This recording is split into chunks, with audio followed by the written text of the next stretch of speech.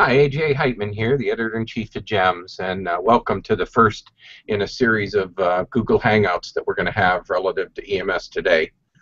Really excited to be able to present this brief hangout with you to talk about EMS Today, because I've been with the company for 20 years and I've been going to EMS Today since the start, so over 30 years, and I can honestly tell you one of the other hats that I wear here with Penwell is to develop the content in the program for EMS Today. This year, by far, for me, is the most exciting and innovative EMS Today that you're ever going to see until next year. And I want to give you a little background on where we're going with EMS Today. The brochure will be out October 1st, but as of today, you can go on to emstoday.com and check out all of the sessions and all that's going on. So the brochure and everything is live, and registration is now open. So you want to take a look as quickly as possible. I also want to point out that you can ask me questions on Google Hangout. So if you have a question, just type it in off your screen and I'll answer that for you. And the other important thing is that our early registration is good until January 19th. So for that early bird registration, you save a ton of money. If you're going to go to EMS Today, now's the time to be able to do that.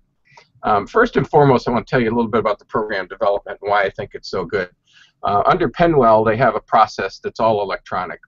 And this year, as we did last year, we used the electronic process so that all submissions, particularly those of you that want to submit in the future, are submitted online on emstoday.com.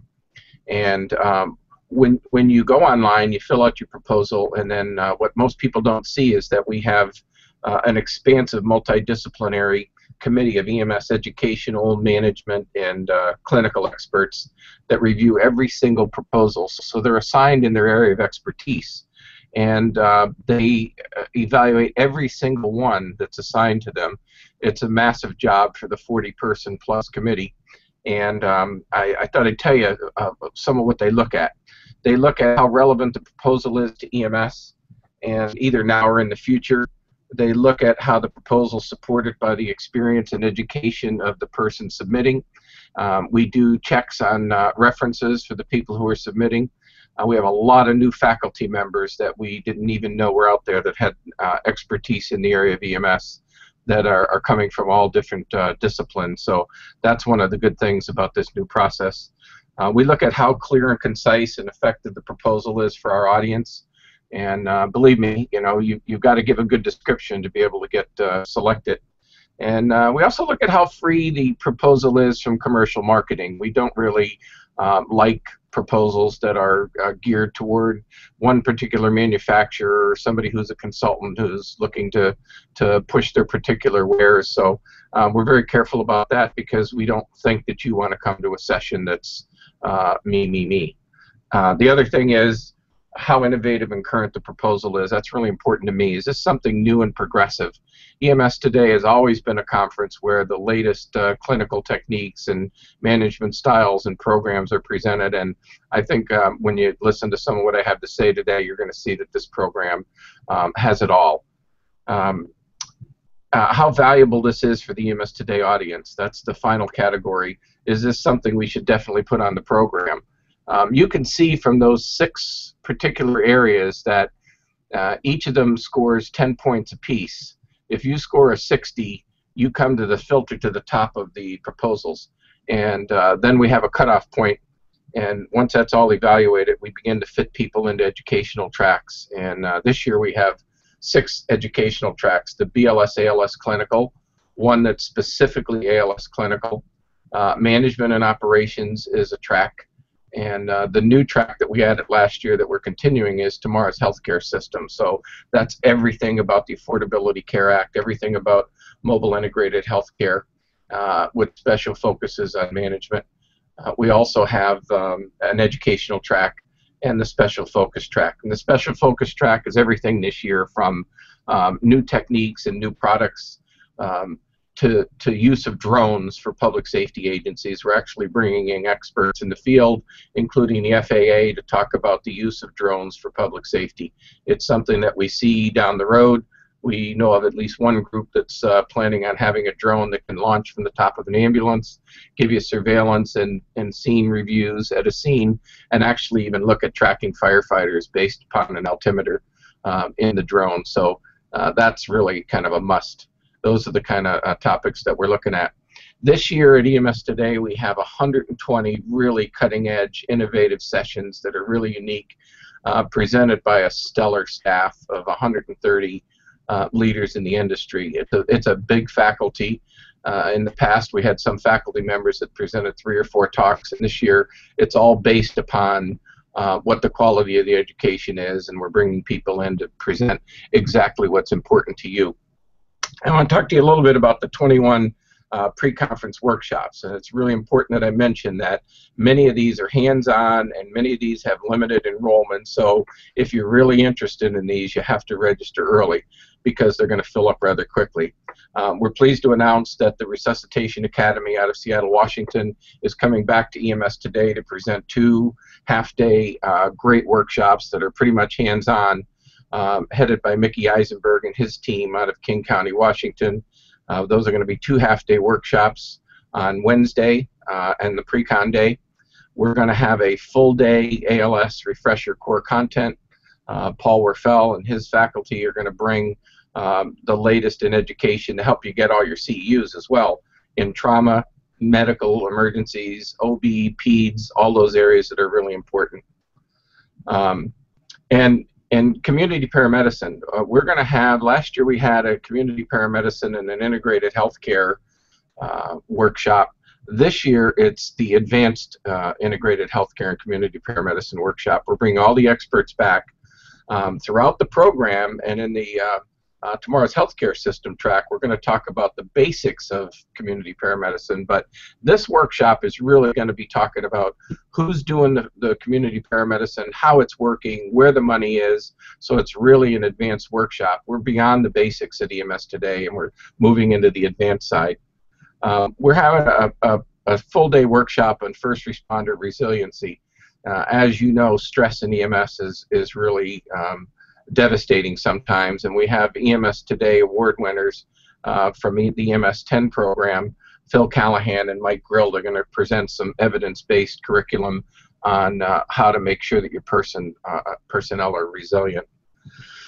We're going to have a special Pathways to Leadership workshop that's going to review EMS competencies that are needed for the 21st century, and that's going to be taught by Troy Hagan and Ryan Greenberg, and affiliated with the National EMS Management Association. Jonathan Washko and Bart Ewing are going to present a half-day high-performance EMS workshop, and this is going to be a nuts and bolts, how your system should be up with the latest trends in high-performance EMS in an era where budgets are diminishing and we have to squeeze every penny that we can out of our budget. It's really important that you look at high performance that's also humane to the personnel that are staffing our units. So Jonathan Washko and his team are going to do a great job with that. We're bringing in Vice President from Penwell, Paul Andrews, and he's going to talk about all of the techniques that are really positive for recruitment for EMS agencies. He's an expert in web and the EMS industry, and he's going to present a lot of things that are going to really help you in your recruitment activities. There's a lot of shifting of personnel, and we need the best people staffing our rigs. There's going to be a special workshop by very popular Dr. Mike McAvoy designed to maximize your BLS and ALS monitoring skills. Mike's a very popular speaker. He's the EMS editor for Fire Engineering, a good friend, and there's no better instructor around to talk about monitoring. He's not going to just talk about monitoring. He's going to talk about where we're going in the future, small monitors, patient wearable monitors, and so if you really want to have your clinical coordinators up to date on monitoring, you want to sign up for that particular workshop. This year we're going to offer 4 advanced Airway Cadaver Lab workshops, and that's presented by Memphis Fire Department Medical Director Joe Holly and EMS 10 award winner Jim Logan. These are 2 people that have great personalities and just love teaching. And there's many conferences that offer cadaver labs, but none that really match the educational value and depth excuse me, that we're offering at EMS Today.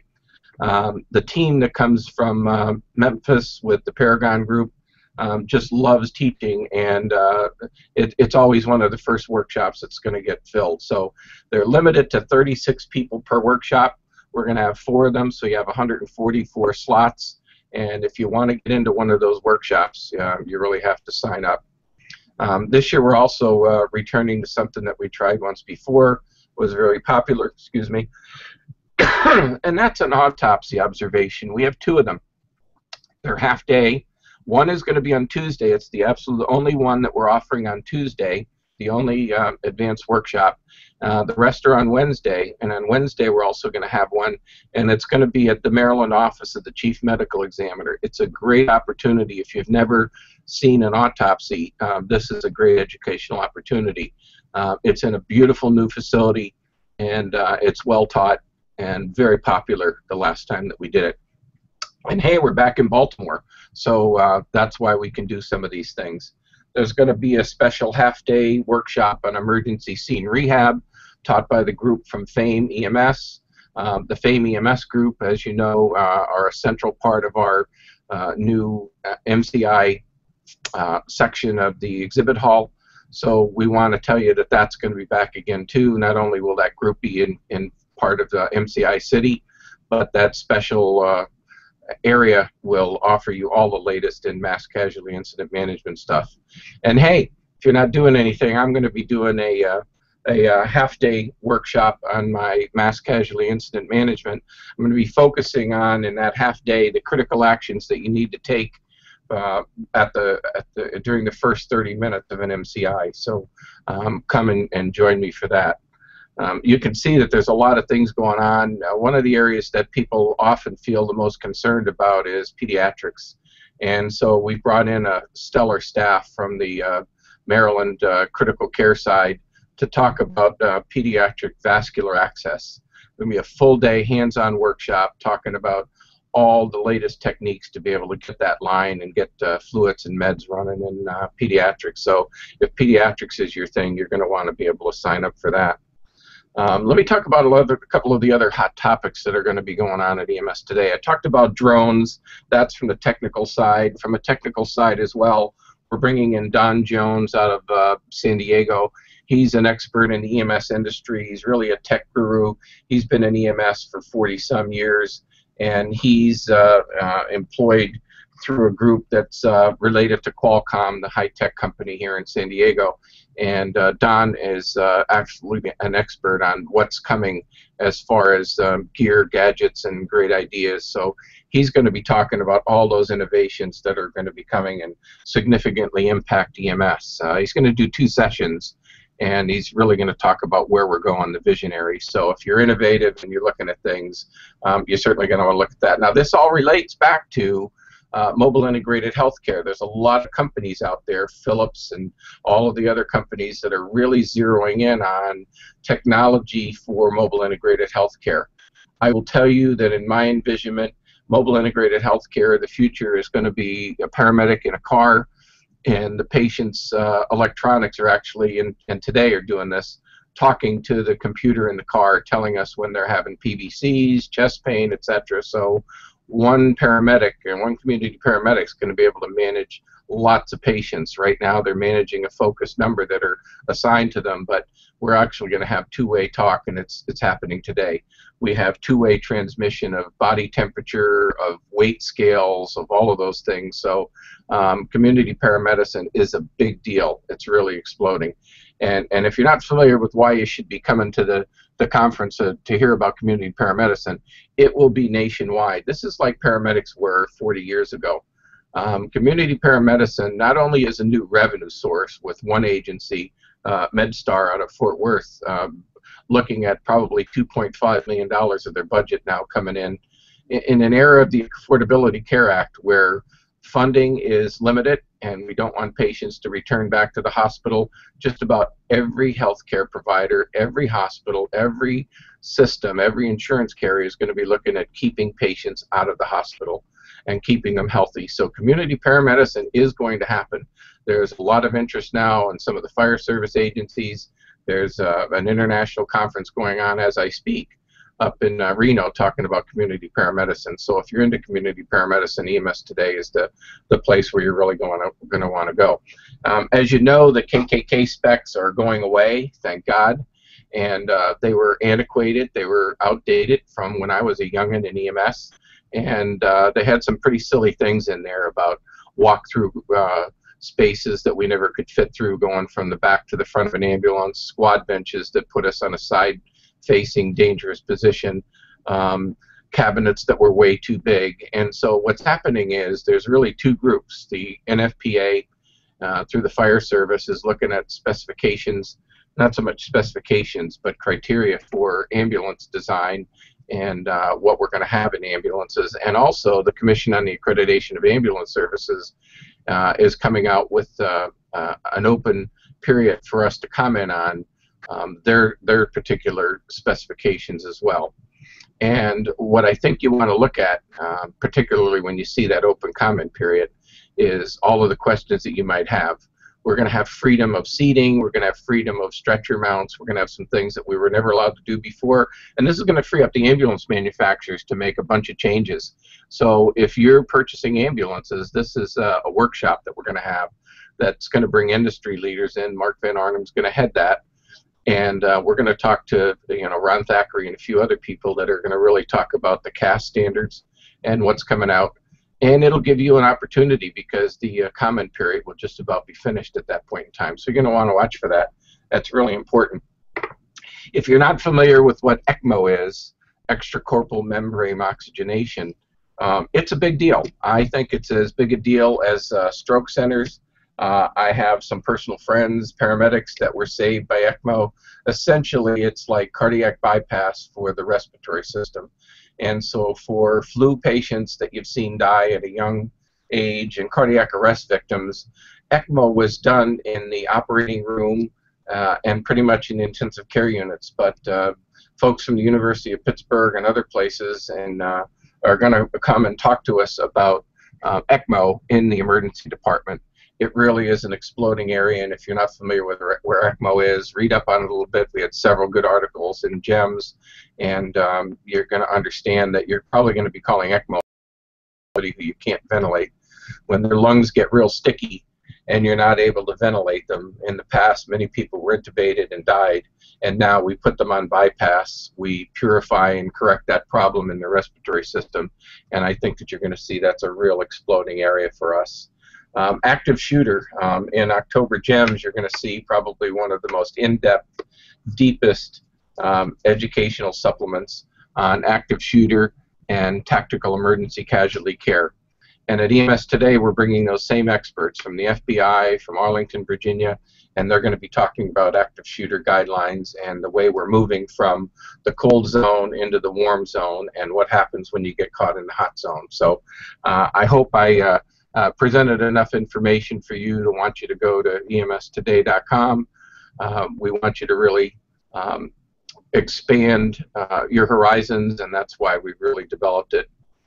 EMS 10 is going to be a big part of what's going on at EMS Today. Those are the 10 top innovators of the year. What we do at EMS Today is we bring some of those EMS 10 innovators, and they present what they received their award from. So I will be back again with you the end of September, talking about more sessions, more opportunities, more parties, how we're going to all meet at Howl at the Moon in Baltimore.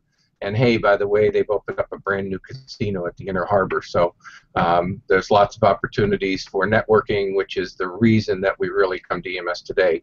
Good education, good people, good faculty, and a good opportunity for networking. So thanks for joining me today, and I'll see you at the end of September.